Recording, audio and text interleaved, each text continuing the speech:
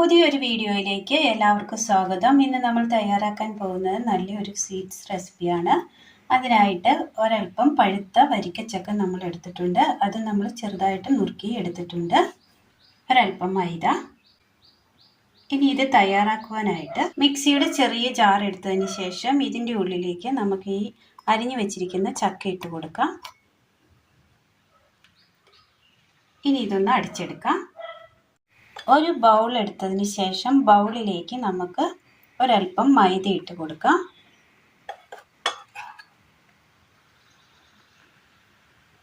ഒരൽപ്പം മൈദ ഇട്ട് കൊടുത്തിട്ടുണ്ട്. ഇനി ഇതിലേക്ക് ഒരൽപ്പം ഉപ്പ് ചേർത്ത് കൊടുക്കാം. കുറച്ച് മതി. ഇനി നമ്മൾ ചേർക്കാൻ പോകുന്നത് നമ്മൾ ഈ അരച്ചു കൊണ്ടുവന്ന ചക്കയാണ്, വരിക്കച്ചക്ക അരച്ചത്. വെള്ളം നമ്മൾ ഇതിനകത്തേക്ക് ആഡ് ചെയ്യുന്നില്ല. ഇതിനാവശ്യമായ ചക്ക അരച്ചത് ചേർത്ത് കൊടുത്താൽ മതി. എന്നിട്ട് ഇത് നന്നായിട്ടൊന്ന് ഇളക്കിയെടുക്കണം. നന്നായി ഒന്ന് കൈവച്ചൊന്ന് മിക്സ് ചെയ്തെടുക്കാം. അങ്ങനെ നമ്മൾ ഒന്ന് ഉരുട്ടിയെടുത്തിട്ടുണ്ട്. ഇനി ഇതൊന്ന് പരത്തിയെടുക്കണം. ഒരു പാത്രം കമത്തി വെച്ചതിന് ശേഷം അതിന് മുകളിൽ ഒരൽപ്പം എണ്ണ ഒഴിച്ചു കൊടുക്കാം. ഇത് മൊത്തത്തിലൊന്ന് തൂത്ത് കൊടുക്കാം. മാവിൽ നിന്നും ഒരൽപ്പം എടുത്ത് നമ്മളിങ്ങനെ വെച്ച് കൊടുത്തിട്ടുണ്ട്. ഇനി ഇത് നന്നായി ഒന്ന് പരത്തിയെടുക്കാം. ഇങ്ങനെ ഒന്ന് പരത്തി വെച്ചതിന് കട്ട് ചെയ്തെടുക്കാം. അടുപ്പത്ത് പാൻ വെച്ച് കൊടുത്ത് ഒന്ന് ചൂടായി കിട്ടിയിട്ടുണ്ട്. അല്പം എണ്ണ ഒഴിച്ചു കൊടുക്കാം.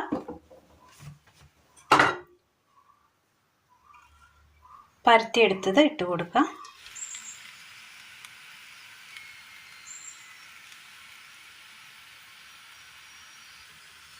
ഒന്ന് തിരിച്ചിട്ട് കൊടുക്കാം.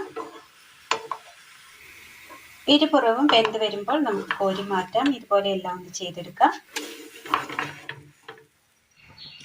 പാനിലേക്ക് ഒരൽപ്പം അവിലിട്ട് കൊടുക്കാം. ഒന്ന് വറുത്തെടുക്കാം.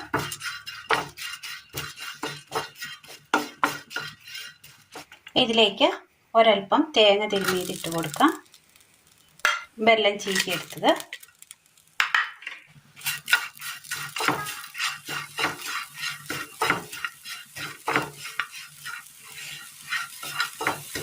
വെള്ളമൊക്കെ ഒന്ന് ഉരുകി വന്നിട്ടുണ്ട്. കളറൊന്ന് മാറി കിട്ടിയിട്ടുണ്ട്. ഇനി തീ ഓഫ് ചെയ്യാം.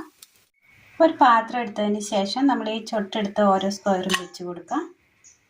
ഇതിന് മുകളിൽ നമുക്ക് ആ അവിലിൻ്റെ മിക്സിങ് വെച്ച് കൊടുക്കാം.